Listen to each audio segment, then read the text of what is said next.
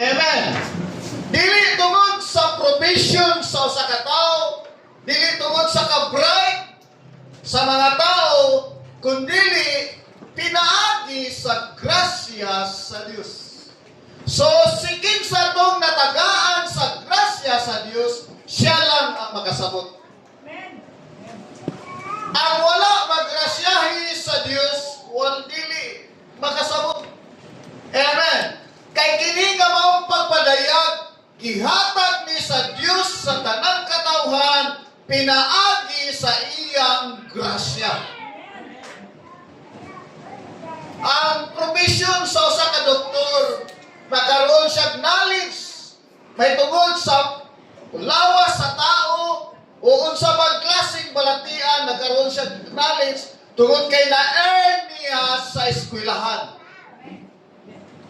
Nakatunan niya sa iyang pag-eskwela. Amen. O kada nga knowledge, pwede na siya makabot ni bisan kinsa basta kay mo eskwela pareha sa iyang eskwelahan. Amen.